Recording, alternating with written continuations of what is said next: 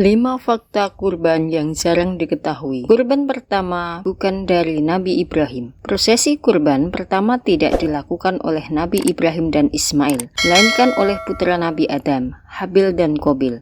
Saat itu, Habil sebagai peternak menyembelih hewan ternak terbaiknya, sedangkan Qabil sebagai petani memberikan hasil panen yang buruk dan Allah menolak pengorbanannya. Oleh karena itu, seseorang harus ikhlas dalam berkurban dan memilih hewan yang paling baik atau tidak bercacat. Kurban artinya bukan menyembelih. Jika kita menganggap kata kurban berarti menyembelih hewan, maka itu salah.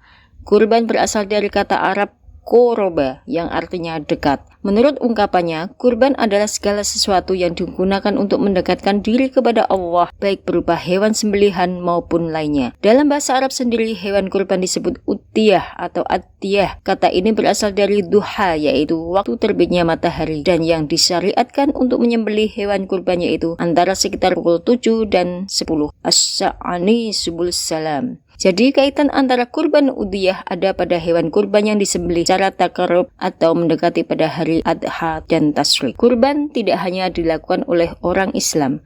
Tidak hanya Islam tetapi juga Yudaisme atau Yahudi yang merupakan bagian dari agama Ibrahim melakukan prosesi kurban yang dikenal dengan karbanot. Dalam Yudaisme, bagian dari agama Ibrahim melakukan prosesi kurban yang dikenal dengan kurbanot. Dalam Yudaisme, pengorbanan yang biasa dilakukan adalah hewan seperti domba atau kerbau.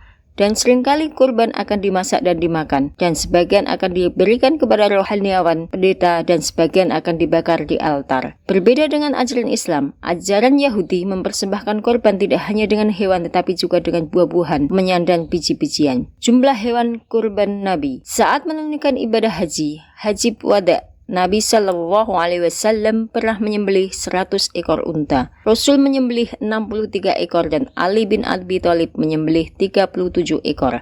Angka 63 seperti jumlah hewan kurban merupakan indikasi bahwa ini firasat beliau meninggal pada usia 63 tahun. Secara ilmiah, metode penyembelih dalam Islam tidak menyakitkan. Berdasarkan penelitian dari Jerman, membuktikan bahwa hewan yang disembelih dengan cara Islami tidak merasakan sakit dan dagingnya sesuai dengan prinsip Good Manufacturing Practice (GMP). Syariat Islam memberikan syarat dalam menyembelih hewan menggunakan pisau yang sangat tajam dan cepat.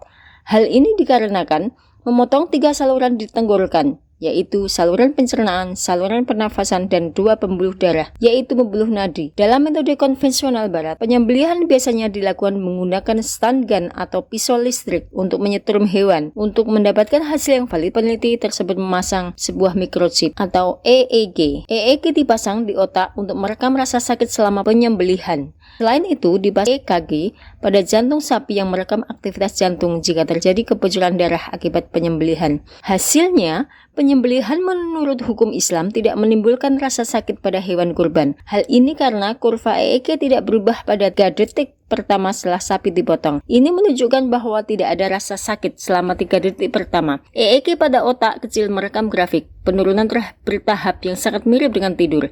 EEG kemudian mencatat penurunan kurva secara bertahap sampai sapi benar-benar kehilangan kesadaran. Di sisi lain, penyembelihan konvensional ala barat menunjukkan peningkatan grafik EEG yang signifikan. Hal ini mengindikasikan adanya rasa sakit.